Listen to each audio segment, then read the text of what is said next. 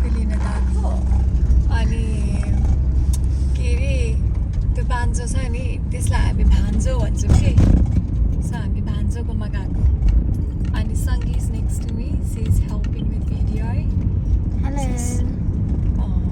C is showing you Wellington होइन कति त्यो के अरे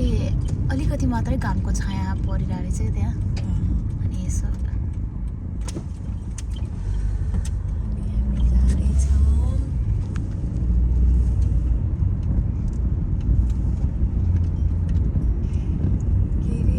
आज हामी बिहान घाम लाग्छ होला जस्तो लाग्यो थियो नि त बिहान उता आज घाम लागे जस्तो थियो अनि आज घाम लाग्छ अनि आज हामी चाहिँ खाजा बाहिर बसेर खाने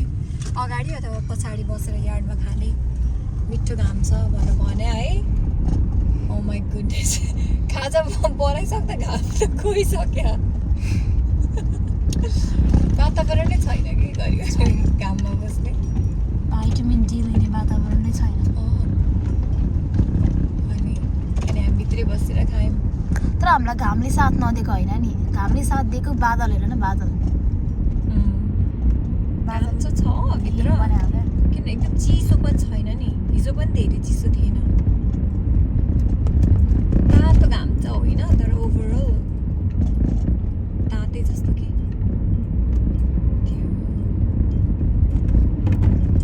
ए यहाँ सिधाबाट लान्छु म फर्किँदाखेरि तेल हाल्ने यो सिधाको बाटो मिलाउनेदेखि नै भएन बस अनि हामी बाँच्छु पनि त त्यहीँबाट जाने आज बेलुका हामी सँगैको गाडी लिएर जान्छौँ मेरो त गाडीको लाइटले धोका दिइरहेको छ घरि नघरि अनि त्यो माथि त्यो हुने भएको छैन कनेक्टै भएको छैन म्यापको लागि हिजो हामी सँगैले हातमा फोन बोकेर गएको तर हिजो त हामीलाई त्यति धेरै म्यापै चाहिएन नि नि हामीलाई याद हुन थालिसकेको छ बाटो अब त हुँदैन भने पनि लाजमा मर्दो हुन्छ एभ्री विकेन्ड हामी सिटी गइरहेछौँ नि त आमा आमा के छ हालखबर ए लन्च खान दाजु यहाँ आउने प्लान थियो बिर्सेछु अनि हाम्रो उतापट्टि छिमेकी बस्नुहुन्थ्यो नि अस्ति उहाँले कि एक दिन चाहिँ हामी सबैतिर जाऊँ न मन्दिर पनि जाऊँ चर्च पनि जाऊँ मस्जिद नै जाऊँ सबैतिर जाऊँ न मलाई यस्तो ठाउँमा जान मन छ एक दिन भनेको थियो अनि अब हामीलाई त मन लागिहाल्छ त्यस्तो ठाउँमा जानलाई अनि उहाँलाई चाहिँ जान मन नपर्ने त्यस्तो ठाउँहरू खासै वास्ता नलाग्ने विश्वास नहाल्ने विश्वास नलाग्ने अनि हामीले चाहिँ ल ठिक छ हामी त यसै पनि विकेन्डमा खाली नै हुन्छ कुन विकेन्ड खाली हुन्छ भन्नु न अनि हामी जाने भनेको त तर होइन उहाँले विश्वास लाग्दैन भन्नुहुन्थ्यो नि तर मलाई लागेन त्यो कुरा चाहिँ विश्वास त लाग्छ उहाँलाई अनि के अरे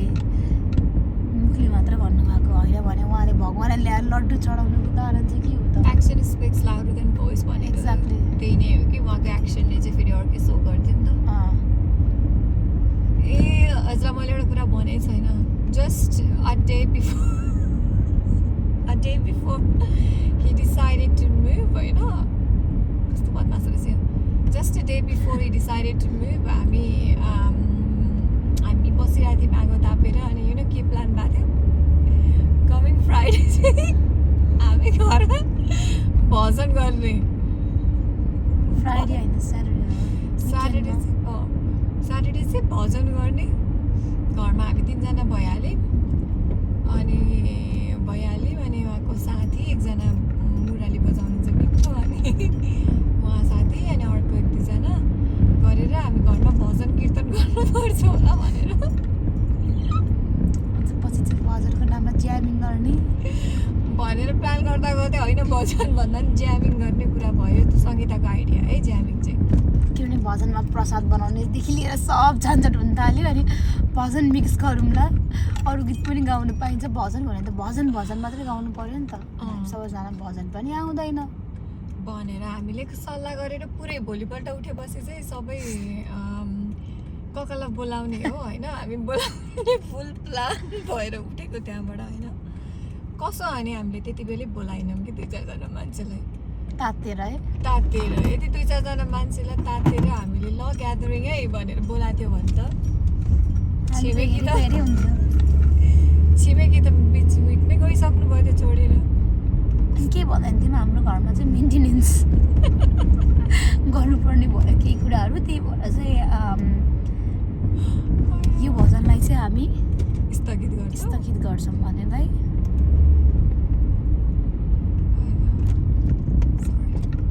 साथी बदमास काम गरिहाल्छ होइन लेफ्टबाट पनि राइटबाट पनि जानु हुने थियो तर त्यो यहाँ रोक्न मिल्दैन है बाटो रहेछ अनि म रोक्न मिल्दैन भनेर यहाँ रोक्देऊ जता रोकिदिन्छु रोक्देऊ ल आफ्नै सम्झेर रोक्देऊ अब ब्याग छ ब्याग जान्छौँ हामी आया त्यो छिमेकीलाई त हामीले त घरि न घरि सम्झिराख्छौँ हौ अनि उइ, उइ, उइ, उइ, उइ, उइ, उइ, उइ। हजुरलाई के लाग्छ त छिमेकीले हामीलाई सम्झिन्छ भन्नु त 1 सम्झिँदैन 2 अलिअलि सम्झिन्छ 3 धेरै नै सम्झिन्छ भयो योगा के गाडी यो मेरो पछाडि बसेको गाडी बसिरहेको थियो नि त होइन अनि म पछाडि